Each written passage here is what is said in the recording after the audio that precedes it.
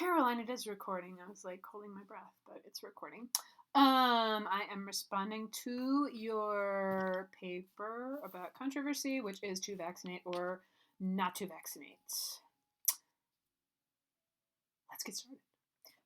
Vaccinations and immunizations have made a giant leap in the world of science and medicine.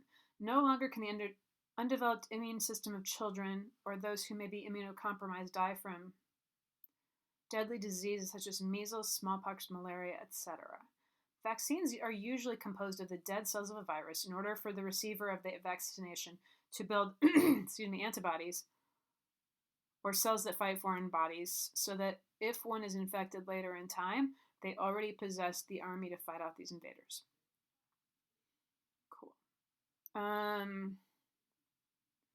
The second sentence, though, I was getting lost in. No longer can the immune systems. No longer can the immune systems. Okay. No longer can the immune systems of children die. So it's not the immune systems that are dying, it's the children, right? Yeah, so you need to clean that up. Introductions are so hard. Oh my god, they really are. Okay, but you really got into it when you got to vaccines are usually composed of the dead cells of a virus. Then I was like, oh, you're confident. There it is. Vaccines allow for the preservation, growth, and destruction of dead viruses while still being effective when injected into human specimens. A vaccine typically consists of the following ingredients: preservatives, adjuvant things, stabilizers, residual culture cells, residual inactivating ingredients, and residual antibiotics. Cool. One of the ingredients included within the preservation aspect of vaccines is thimerosal, which is an organic compound consisting of mercury. Only mercury? Or if it's a compound, it's mercury and something else, right? Tiny point of clarity. Maybe not. I don't know. Despite encouragement from the Food and Drug Administration and the Center for Disease Control, that thimerosal despite encouragement that it's completely safe and is essential to the prevention of antimicrobial growth. It's not present in routine vaccinations that are given to children under the age of 6. Since we talked, I know what you mean, but if we hadn't talked, I would be like, what? I have some untangling to do there. Okay, despite encouragement from these people that it's completely safe. Okay, so see, that's just too many ideas already. The FDA and the CDC have said that it's completely safe, period. They have said that it's essential to the prevention of antimicrobial growth, period.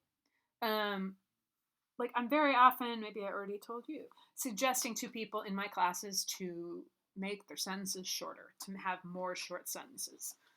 Because often you're at this you're climbing this ladder of writing ability and ability to express yourself in really complex sentence forms. And once you know how to use them all, sometimes people just use them all. So I often end up encouraging people to be like, just make some short, but very clear sentences. There's nothing wrong with that. In fact, there's a lot of good to that.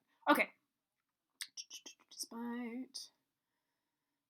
Okay, and also I'm excited to learn about antimicrobial growth in vaccines. Maybe I mentioned my sister works in vaccine research, so I can ask her. So that makes sense, right? That the vaccine, if you don't it could grow bad stuff in it, I guess is what I'm assuming that means, and that doesn't make sense. Okay. Autism spectrum disorder, a developmental disorder, became quite prevalent around the time where the measles, mumps, and rubella vaccination was released to the mass population. ASD is a lifelong disorder in which there has yet to be a cure. I think you mean for which we have yet to find a cure. But various behavioral therapies, medications, as well as early intervention of this disorder have been proven effective in enhancing the lives of those with ASD. Another place where you really have two thoughts here. One of them is the thought about there's no cure, and one of them is thought about, but there are these other things. And you would benefit from having them be separate. so your reader doesn't have to follow along so much, right? Particularly in medical writing, which is what you're getting into here, right? I mean, clarity is critical. Blah, blah, blah. Sorry, blah. I'm yammering on and then I lose my place. Okay, despite the countless studies proving that there's no connection, no correlation, between ASD and the MMR vaccination, many parents are still concerned with the risk of injecting unnecessary chemicals into their kids. This raises the issue of whether or not vaccinations are truly necessary and whether or not parents should be putting their child at risk. In 2060 Minutes, a popular news television series on the Columbia Broadcasting System. Man, nobody ever writes that out. Like, sounds cool when you write it out. More commonly known as CBS. Yeah, you don't have to write that out, though. Aired a segment in which Ed Bradley produced a feature highlighting the recent connection between the MMR vaccination and autism within children. I feel like when you say recent, then I'm like, wait, what? Recent to when? I think you should just take recent out. Or like explain that what you mean is like it was a new idea at that time, which is kind of a complicated thing to explain. This segment highlighted two sides of the decision that all parents have to make with their child to vaccinate or not vaccinate. The opening feature highlights an interview between Bradley and the Wildman family from Pennsylvania and their son Nicholas Wildman is diagnosed. Wait, what? Okay, it features an interview between these people and their son. Who was diagnosed with blah, blah, blah.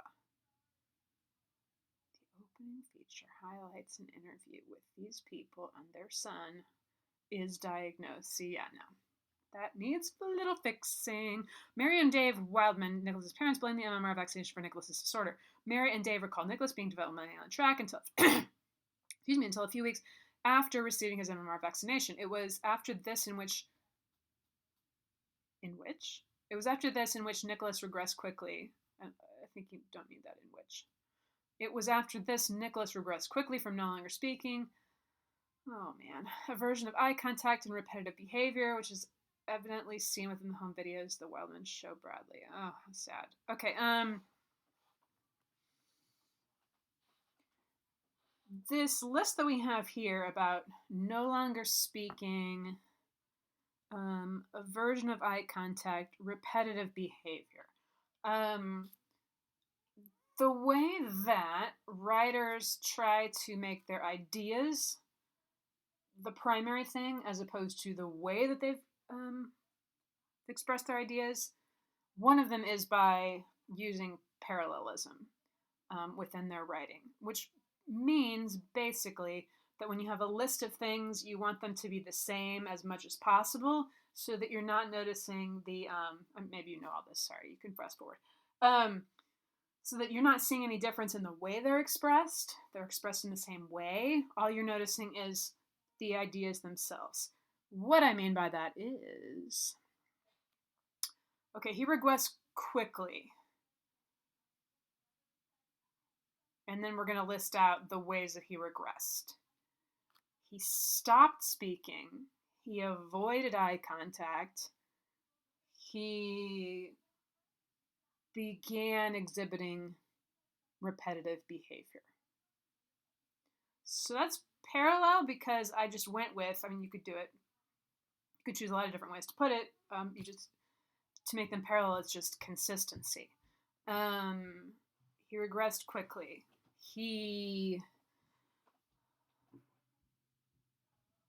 Okay, let me do this a different way. They stopped him.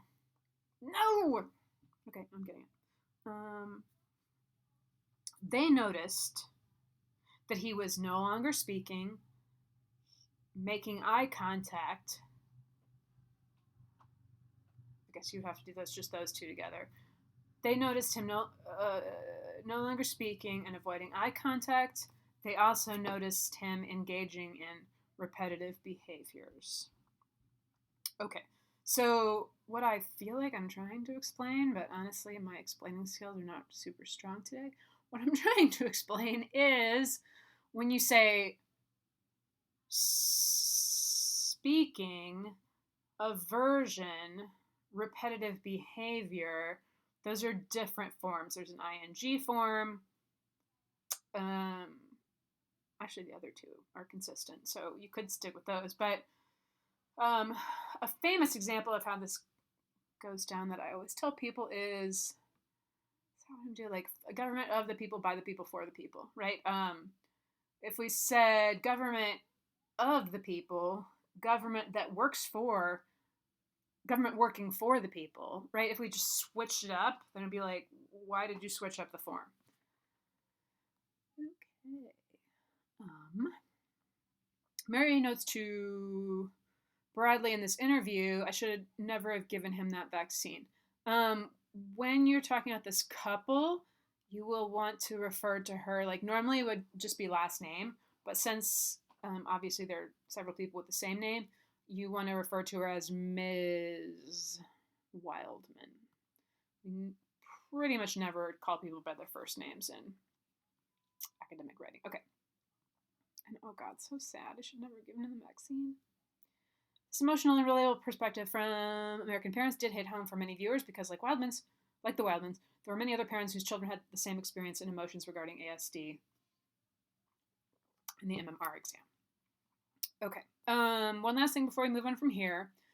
Apostrophes are outrageously confusing in English. Because we use apostrophes to indicate missing letters, right? When you write can't, you're showing C-A-N. The apostrophe means I left out the O, cannot. And then here's the T. So we use them to show that letters are missing. Or like if you wrote runnin', R-U-N-N-I-N, then you put an apostrophe on the end to show you left the G off. So missing letters, but then we also use them for this super weird case of making things possessive, right? That it's the Wildman's son, that it's the Wildman's house.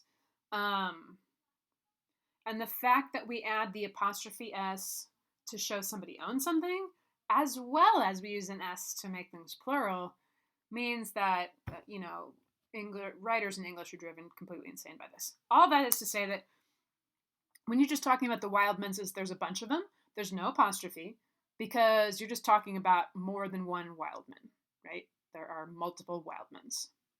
So you don't need that apostrophe.